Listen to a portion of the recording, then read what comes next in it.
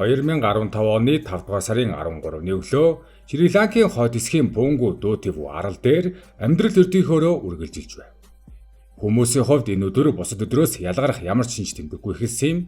Далайн салхи чийг дагуулan нам гүмхэн үлээж тосгоны нарийн замуудаар хүүхдүүд сургууль руугаа алхацгаана. Зарим нь ч дугуйтаа явж байлаа.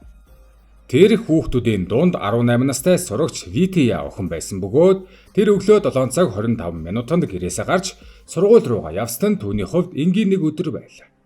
Учир нь энэ замыг анх удаага туулж байгаа биш, өдөр бүр давтдаг танил зам байсан. Ихэвчлэн хоёр найзтайгаа хамт явдагч тэр өдөр тэд өвдсөн байсан тул ганцаараа явжээ. Ахан заримдаа мотоциклаар хүргэж өгдөг байсан боловч тэр өглөө гэртээ байгаагүй.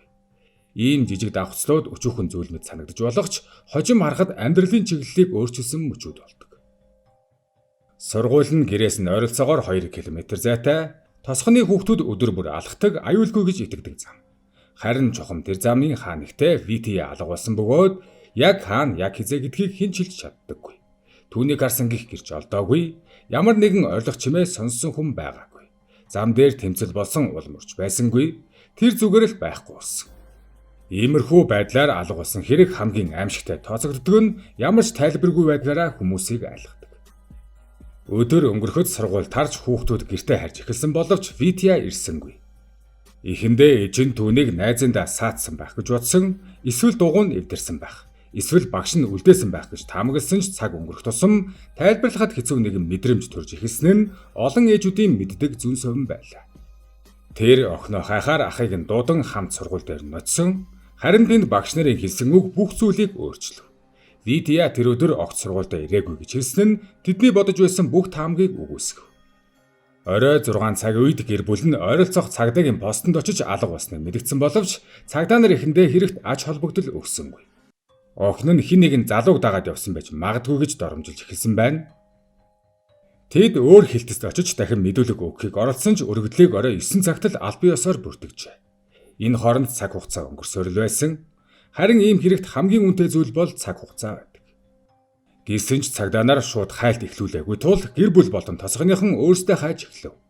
Шөнө өнгөрч өглөө болоход хайлт дахин үргэлжилсэн. Үүрийн 5 цаг үед ах нь хоёр нохоогоо дагуулan гэрээсээ ойролцоогоор 1 хагас километр зайтай эзгүй зам дагуу явж байхад ноход нь гинэд зогсож хуцаж эхлэв. Энэ нь ямар нэг зүйл байгааг илтгэж байлаа. Замын хажууд Витиягийн дугуй хөвтөж байсан бөгөөд ойролцоо газраас нь гутал нь олдов. Ах нь тэр орчмыг шалгаж явахдаа нурсан барилгын дэрэгдээс хөөрхий охины цогцсыг олжээ. Охины гар ардаа сургуулийн зангиагаар хүлэгдсэн байсан бөгөөд аманд нь даавж гисэн. Хоёр хөл нь хоёр модонд тус тусад нь уятаа байсан нь энэ хэрэг санамсаргүй биш, харин зориудаар үлдэгдсэн харгас хэрэг болохыг илтгэж байлаа. Мөн цүнхэн ойролцоо шидэгдсэн байв. Ах нь өглөө 7 цагийн орчимд цагдаад дахин дуудлага өгсөн боловч тэд шууд ирээгүй. Эцэст нь арга ядан хамгийн том хот болох Коломбо хотын 119 дугаар дугаар руу залгаж цагдаа нар эцэст нь 11 цаг үед иржээ. Цогцос олдсон байдал нь зөвхөн аллах биш, харин урьдчилан төлөвлөсөн хүчирхийлэл байж болзошгүйг илтгэж байлаа. Мэдээ арал даяар хурдан тарж хүмүүс цугларч эхэлсэн. Тэр мөчөөс эхлэн энэ хэрэг жирийн алга болсон хүний хэрэг биш болж арлын хүмүүсийн дунд айдас уур хилэн эргэлзээ зэрэг олон мэдрэмж нэгэн зэрэг тархаж эхлэв. Охины цогцос олдсон мэдээ арал даяар маш хурдан тархсан. Жижигхэн арал дээр мэдээлэл нуугддаггүй учраас хэдхэн цагийн дотор хүн бүр энэ тухай мэдэв. Хүмүүсийн царай айдас цочрол уур хилэнгийн холимог болж хувирсан байна. Зарим нь хэрэг гасан газар очиж асуулт асууж, зарим нь чимээгүй зогсож, зарим нь буруутныг шууд олж шийдэгхийг шаардаж байна. Тэр мөчөөс эхлэн энэ хэрэг ганц гэр бүлийн асуудал биш болж бүх тосгоны шарах болов. Мөрдөн шалгалт эхлэхэд цагдаа нар охиныг замаас хүчээр авч явсан байж магадгүй гэж үзсэн. Дугуйн замын хажууд үлдсэн байсан нь тэр өөрийн хүсэлтээр яваагүй илтгэж байлаа. Удалгүй мөрдөгчд орон нутгийн хүмүүсийг шалгаж эхэлж, Витиягийн гэр бүлтэй өмнө нь маргаантай байсан 3 ах дүүг баривчилжээ. Тэд 30-аас 40 орчим насны эрчүүд тосгонд асуудалтай хүмүүс гэж танигдсан байж. Баривчилгаа хийсэн ч хүмүүсийн бухимдал намдсангүй, харин ч улам ширүүсв. Хэрэг хэрцгий байсан төдийгүй цагдаа нар эхэндээ идэвхгүй байсан тухай яриа олон нийтийн дунд тархав. Энэ нь шударга ёс удаашрж байна гэсэн ойлголтыг төрүүлж уур хилэнг нэмэгдүүлжээ. Хэд хоногийн дараа мөрдөн шалгалт өргөжөж Коломбо хотоос ирсэн 5 залууг баривчлав. Тэд хэрэг гарсан өдөр арал дээр ирээд бодсон байсан нь сэжиг төрүүлсэн байна. Харин удалгүй 9 дэх сэжигтэн баригдсан. түүнийг тосгоныхан өөртөө барьсан байна. Түүний нэрийг Саси Кумар гэдэг. Орон нутгийнх нь түүнийг Свис Кумар гэж дууддаг байсан. Энэ нэртэй тосгоныхонд баригдахдаа зодуулсны улмаас баригдсныхаа дараа эмнэлэгт хүрэгдсэн ч тэндээс оргож Коломбо хот руу зүгтаахыг оролдсон.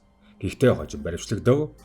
Мөрдөн шалгалтын явцад түүнийг гэмт хэрэг үлдэж байхдаа бичлэг хийсэн байж магадгүй гэх мэдээлэл гарсан.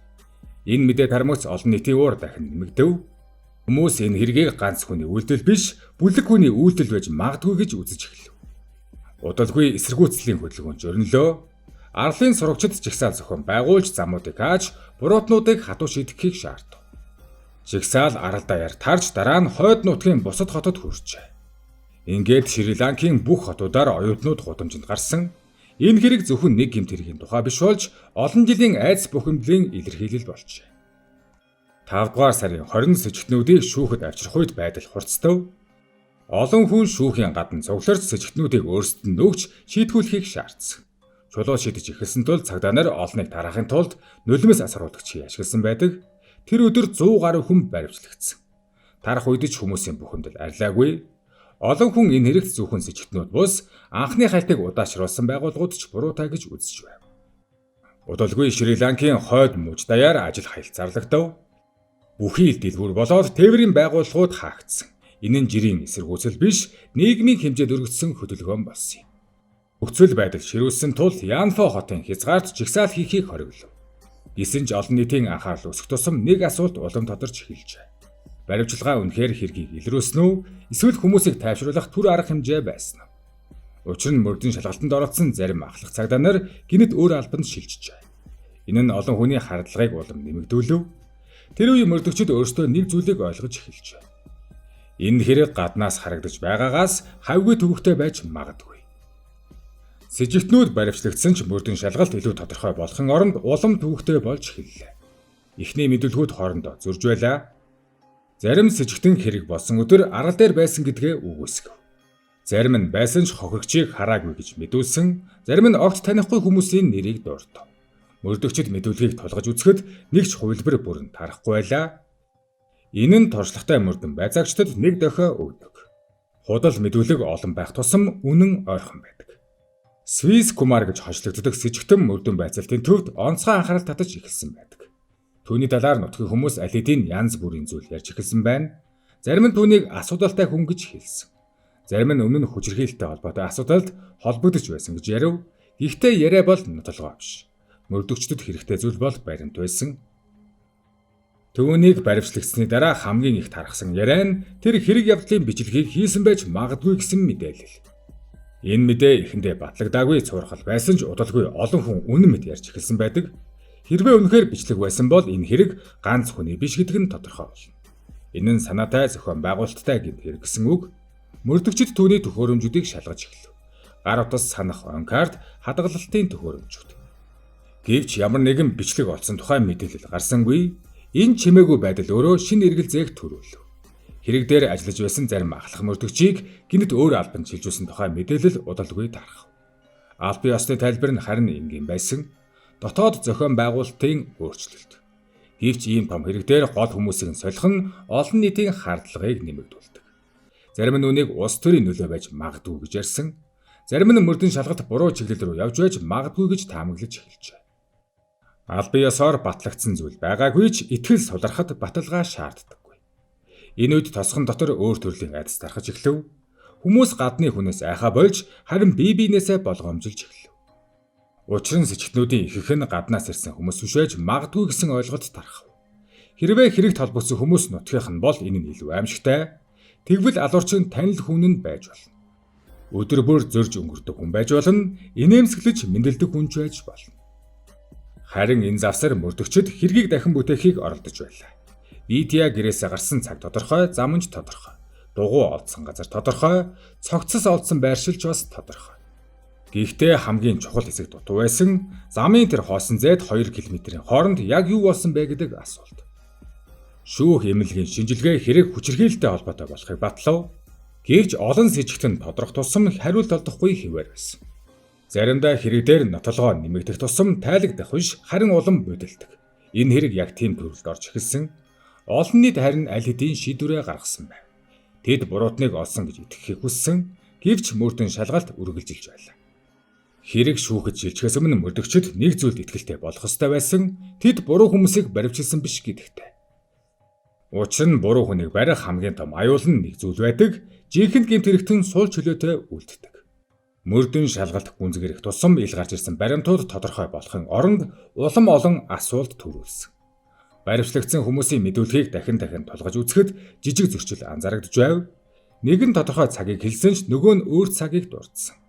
Нэг нь нэг газар байсан гэвч гар утасны байршлын мэдээлэл өөр газрыг зааж байсан. Эдгээр зөрчил нь анхаарахад жижиг мэт санагдавч мөрдөгчдийн хувьд маш чухал тохиолдог. Учир нь зохиомжтой түүх үргэлж нэг хэсэгтээ нуран ундаг. Свис Кумарын мэдүүлэг онцгой анхаарал татсан хэвээр байлаа. Тэр зарим асуултанд шууд хариулж, заримд нь дуугүй байсан. Заримдаа хит дэлгэрэнгүй ярьж, заримдаа огт ярьдаггүй. Тууршлагатай байцаагчид ийм зан авирыг анзаардаг. Хүн үннийг ярихдаа ихэвчлэн тогтвортой байдаг. Харин худлаа ярьж байгаа хүн аль хэсгийг нуухаа мэдэхгүй бодолдог. Түүний мэдүүлгийн хэмнэл тогтворгүй байлаа. Энэ нь мөрдөгчдөд нэг зүйлийг хэлж байлаа. Тэр бүх үннийг хэлээгүй. Мөрдөгчд түүний өмнөх амьдралыг шалгаж эхлэв. Танилуд, найзууд, ажиллаж байсан газар, явж байсан газрууд, гар утасны дуудлага, санхүүгийн хөдөлгөөнгээд бүх нэг сөхөв. Зарим мэдээлэл таарж байсан ч зарим нь таараагүй. Яг энэ үед мөрдөн шалгалтын дотоод баг хоёр хэсэг хуваагдсан гэх мэдээлэл гарав. Хамгийн их маргаан дагуулсан зүйл бол бичлэгийн тухай яриа байлаа. Зарим их сурвалж тийм бичлэг байсан гэж хэлв. Зарим нь огт байгаагүй гэсэн. Албан ёсны байгууллагууд баталгаатай мэдэгдэл хийгээгүй. Гэхдээ ийм мэдээлэл олон нийтэд тархсан үед бодит баримтаас илүү цуурхал хүчтэй нөлөөлдөг.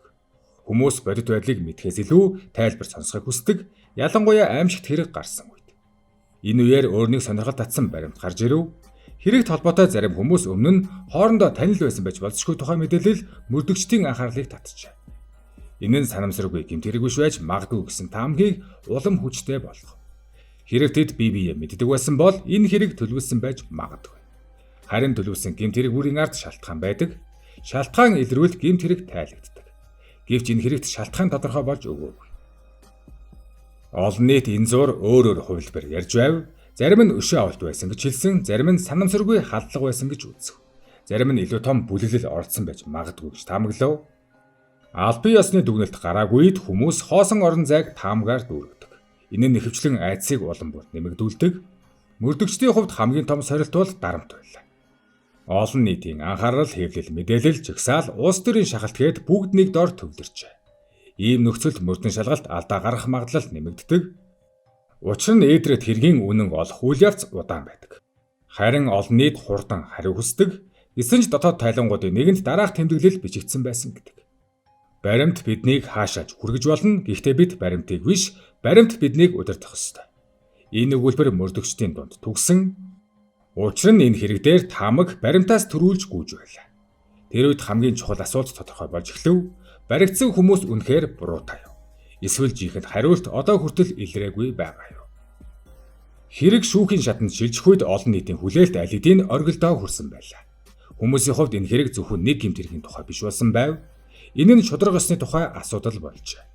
Сэжигтнүүдийг шүүхэд авчрах үед Янфа хотын шүүхийн гадаа олон хүн зугларсан. Зарим нь чимээгүй зогсож, зарим нь чангорилж, зарим нь зүгээр л харж байлаа. Гэхдээ бүгд нэг зүйл хүсэж байсан, тэр бол хариулт. Сэжигтнүүдийг шүүхийн танхимд оруулах үед хамгаалалт нэмэгдэжээ. Учир нь өмнөх удаагийн шүүх хурал дээр хүмүүс чулуу шидэж, сэжигтнүүдийг өөрсдөд нь өгч шийтгүүлэхийг шаардсан явдал гарсан. Энэ удаа цагдаа нар урьдчилан бэлтгэлтэй байв. Шүүхийн орчин нам гүн байсан ч гадна талд дарамт мэдрэгдэж байлаа. Тэр дарамт зөвхөн дуу чимээ биш, энэ бол олон хүний хүлээлт, уур хилэн, гомдол нийсэн дарамт байсан. Прокурорууд нотох баримтуудаа танилцуулж эхлэв. Цаг хугацааны дараалал, байршлын мэдээлэл, мэдүүлгүүд, шинжилгээний дүгнэлтүүд. Эдгээрийг нэг нэгээр нь холбож тайлбарлсан. Харин өмгөөлөгчид эсрэг байр суурийг баримтлалаа. Тэд мэдүүлгүүд зөрчилтэй байгааг онцолж, баримтын зарим хэсэг тодорхой бус гэдгийг хэлж эхэлсэн. Шүүх тахимд нэгэн зэрэг хоёр өөр бодит байдал зэрэгцэн оршиж байлаа. Нэг талд гин буруугийн түүх, нөгөө талд эргэл зайны түүх. Гэрчийн мэдүүлгүүд заримдаа хүчтэй байсан, заримдаа сул байсан. Зарим нь бүдэг, зарим нь тодорхой. Шүүхийн практикт харин нэг зарчим байдаг. Эргэл зай байвал ялгнодоггүй. Тиймээс прокуроруудын хамгийн том зорилго эргэл зайг арилгах. Харин өмгөөлөгчдийн зорилго эргэл зайг хадгалах. Энэ хэрэг дээр эргэл зай бүрэн алгуулсангүй. Шүүх ажиллагаа үргэлжлэх тусам хүмүүсийн дунд нэг ойлголт тархаж эхлэв. Хэрэг хууль ёсны утгаараа шийдэгдэж магадгүй, гэхдээ үнэн бүхэлдээ илэрхгүй байж ч магадгүй гэсэн айдас. Хууль ба үнэн хоёр заримдаа ижил зүйл биш байдаг. Шүүх зөвхөн нотлогдсон баримтаар шийдвэр гаргадаг. Харин бодит амьдралд бүх зүйл заримдаа нотлогддоггүй. Мөрдийн шалгалтын ихний шатанд гарсан алдаа, удаашрал, буруу таамгүй бүгд энэ хэрэг дээр сүүдэрмэд дагаж явлаа. Хэрв ихний цагуудад илүү хурдан арга хэмжээ авсан бол юу өөрчлөгдөх байсан бол гэсэн асуулт олон хүний дунд үлджээ. Гэхдээ мөрдөн шалгалт гэдэг өнгөрсөн цаг дээр ажилдаг, болсон явдлыг өөрчлөх боломж байдаггүй. Зөвхөн тайлбарлах боломж байгаа. Эцэстэн шүүх шийдвэрээ гаргах мөч ойртсон, тэр мөчид танхим дотор чимээгүй болжээ. Зарим хүмүүс амьсгалаа барьсан мэт санагдсан гэж хожим ярьсан байдаг. Учир нь шийдвэр зөвхөн ял эсвэл цагаатгалын тухай биш байсан. Энэ шийдвэр олон хүний дотор үлдсэн асуултуудыг хаах уу, эсвэл улам нээх үү гэдгийг шийдэх мөч байлаа. Шүүхийн шийдвэр гарч 9 сэжигтнээс 7 яллагдагчийг видеог хүчээр авч яван бүлэглэн хүчирхийлж, амийг нь хөнөөсөн хэрэгт буруутай гэж үзэн хамгийн дээд ял болох цаазаараа хуял оноожээ. Шүүх нотлох баримтын хэмжээг хангалттай гэж үзсэн учраас энэ шийдвэр гарсан. Ихтэй үлдсэн хоёр яллагдагчийн хувьд хэрэгт оролцсныг батлах хангалттай нотлогой байхгүй гэж дүгнэн бүрэн сагаадах. Ингэснээр албан ёсны хувьд хэрэг шийдэгдсэн тооцогдож шүүхийн шат дуусав. Гэвч энэ шийдвэр зарим хүний хувьд төгсгөл байсан ч заримынх нь хувьд эхлэх шиг санагдав. Хохирогчийн гэр бүлийн хувьд ямар ч ял оноолт алдсан хүнийг нь буцааж авчирч чадахгүй. Орон нутгийн хүмүүсийн хувьд гин буруутнууд шийтгэгдсэн нь тайвшрал авчирсан ч хэрэг гарсан өдөр болсон бүх зүйл бүрэн тайлбарлагдаагүй нь эргэлзээ төрүүлжээ. Шүүх ард олны уур хилэнг дарах гэж хүмүүст хинсээр ял өгсөн гэж үзэх хүмүүс цөөнгүй байсаар ирсэн юм. Энэ түүхийн хамгийн сүүлчийн асуулт нь гэмт хэрэгтнүүдийн тухай биш, шүүхийн тухайч биш. Харин бидний итгэдэг тэр тайван мэдрэмжийн тухай юм. Хүмүүс аюулыг үргэлж хол газар байдаг гэж бодох туртай. Гэмт хэрэг харанхуй, гудамжинд танихгүй хотод эсвэл муу нэртэй газар л болдог гэж төсөөлдөг. Гэвч бодит байдалд өөр байдаг. Заримдаа хамгийн тайван санагддаг газар хамгийн хамгаалалтгүй байдаг. Хамгийн танил зам хамгийн их анхаарал суулгах газар байдаг. Хамгийн аюулгүй гэж итгэдэг мөч хамгийн эмзэг мөч байдаг. Энэ хэрэг хүмүүсийн дунд нэг л үннийг үлдээсэн. Гэмт хэрэг аимшигтай газрыг хайдаггүй, харин боломжийг хайдаг.